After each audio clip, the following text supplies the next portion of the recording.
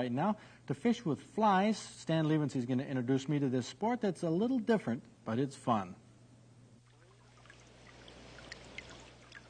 Well, Stan, you have a setup here. You have me with a wet fly, you with a dry fly. Going down below for him and on top for him. Okay, but does that mean that you're going to catch more than I am? Well, at this mid-afternoon time, I'd give the edge to you with a wet fly. But as it approaches evening, I think I'm expecting a pretty good hatch to come out this evening with this warm afternoon, and then I think I'll overtake you with a dry fly. Okay, well, let's compare the two flies here. Here's the wet fly that I'm using.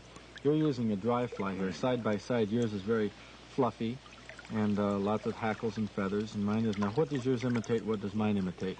Well, mine imitates actually the adult form of one of these aquatic insects, specifically one of the little mayflies that will hatch out and fly around and light on the stream. Yours actually represents a little minnow or a little fish, and so you have to impart a little minnow-like life to it by little jerks. I get little jerks, okay. Now, you're going to work upstream and I'm working downstream. Right. Is this always the case with the wet fly? You work downstream? It's more conventional with a wet fly. Another type that we don't happen to have here is a nymph, for instance, which is a larval form of the aquatic insect.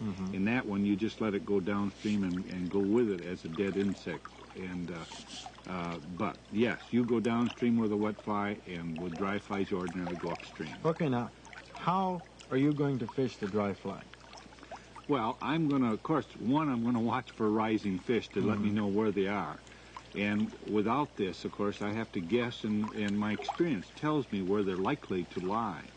And I have to toss the dry fly up above and have it light, very gentle-like, and drift down with no drag on it. The minute I start getting leader drag on it, the fish really reject it. And one of the big secrets, I think, most of our stream trout now are brown trout. And you really have to take a lot of chances for a brown trout. You have to get it very close to the cover. Now, will I have the same problem as I'm working downstream? Do I have to work in the edges you around have to get in close to structure, into the bank, very close to the bank. You're going to have to risk some cast inside of a log and so on. I won't be casting those as much as you will, right? Shouldn't I? No, that's right, because you're going to be just working it on a long sweep, a little bit longer, and you can actually work it downstream a bit before retrieving. So, no, you will not be casting as much as I will. Well, let's compare our rods and reels just before we take off here. Now, I have a very old reel. This is probably 30 years old. That's a minor part. It's merely holding your line. All the work is up in the line and the leader and the rod anyway, so that's a minor part. Now, you have a sinking fly line there, which is what you really need for a wet fly. I have actually a high density or low density, I guess you'd call it, floating fly line. And also, I should point out our leaders are, both of them actually come to a very fine end. They are tapered. Down to 2.5 pounds, yeah. Mine's 2.5 pounds. Down to a 2.5 pound test, which is about a 5X. And this is an absolute necessity. In fact, if we were good enough fishermen, we might even go down a little bit finer than that. Well, I'll stick with this. We'll see how it works out. Okay, well, let's head out and we'll compare notes in a little bit. And so we parted ways on the stream, the expert going one way, me going the other. Which way the trout went, I'm not quite sure, but we'll be back to find out after this word from me. Trout fishing is a unique experience. You're not a landlubber fishing from the bank or from a boat. You become a part of the trout's environment, wading through their habitat. It's a real challenge. And to compound the challenge, an angler can use flies, little hooks covered with feathers, hair, and thread, designed to look like food from a trout's point of view. Along the banks of a trout stream, you'll find a kaleidoscope of beauty. Flowers, plants, wildlife of all sorts, and lots of trout food. Trout will eat a variety of tiny organisms they find in the water, but one of their favorites is insects, terrestrial insects that fall in the water, or aquatic insects in all forms. Trout will eat the nymphs and wigglers. That's the immature stages of aquatic insects, and they'll also go after the flies when they hatch. Now, this is a favorite time for fishermen to mix artificial flies with the natural ones that are hatching. Flies are tied to imitate a wide variety of insects or even little fish. Fishermen select a fly that looks like what he thinks the trout are feeding on at the time. If caterpillars are crawling on streamside limbs, trout are probably looking for the unfortunate ones that fall in the water. This is when a caterpillar imitation would be a good bet. Stan Livense is using a dry fly to entice some little stream trout in this special section of the Little Manistee River. He expects that mayflies might start hatching any time, so he's using a mayfly imitation. Dry fly fishing is a real art. You have to lay that fly on the water without making a lot of ripples with the line and leader. Lay it down gently and let it drift with the current. Then pick it up and cast again.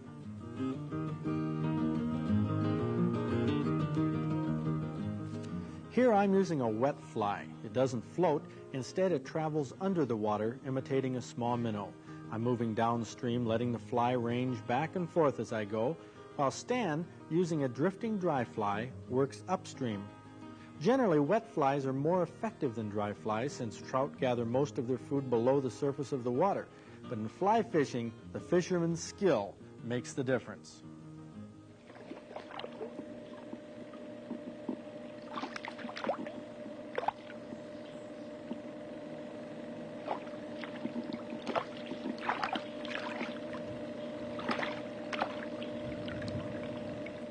This trout is a small one, probably legal size, but Stan is going for bigger ones, so he carefully releases it and it darts back in the current. Catching a trout on a dry fly is quite an accomplishment. But how am I doing with the wet fly?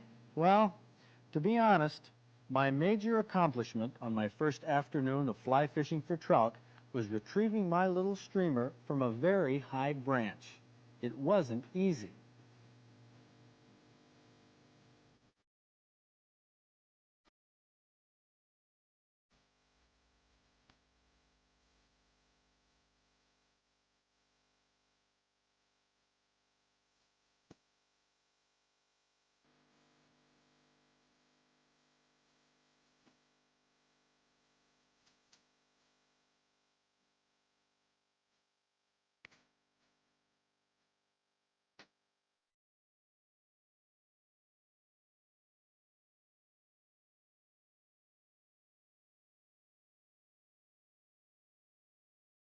And that was my main accomplishment. But putting fish in the creel isn't the main criteria for success in fly fishing for trout. The whole experience is what makes fly fishing what it is.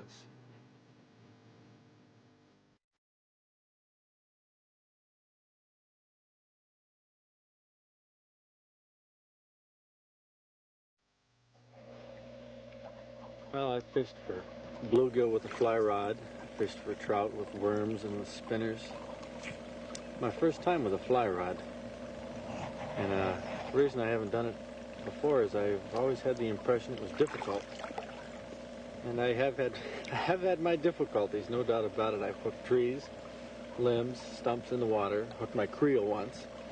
I've had a half dozen fish hit, but I haven't brought them in. They got off right away. I don't know why that is. If maybe my hooks aren't sharp, or maybe the fly's a little too big. I don't know.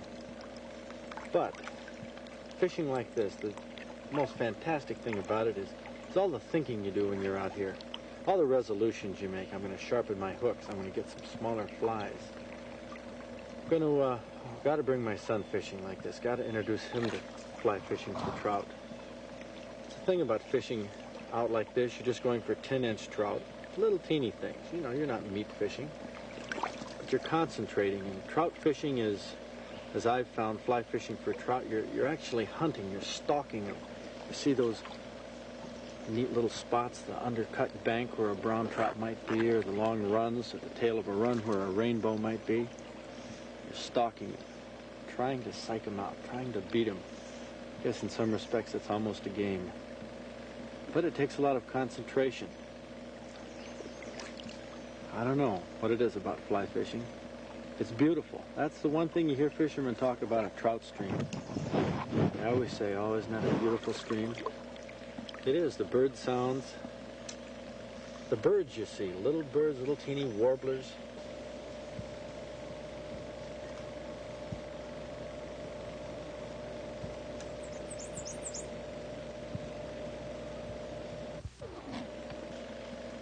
see insect life. You think about things you just don't think about when you're, during the week hassling, working, trout fishing with a fly. I'm hooked on it. It's great. A lot of resolutions. I'm going to read magazines, read those articles on trout fishing. I'm going to get better. I'm going to catch trout. And it'll probably be during this next commercial. And if I don't catch one, I'll poach one. Right after this word from AAA.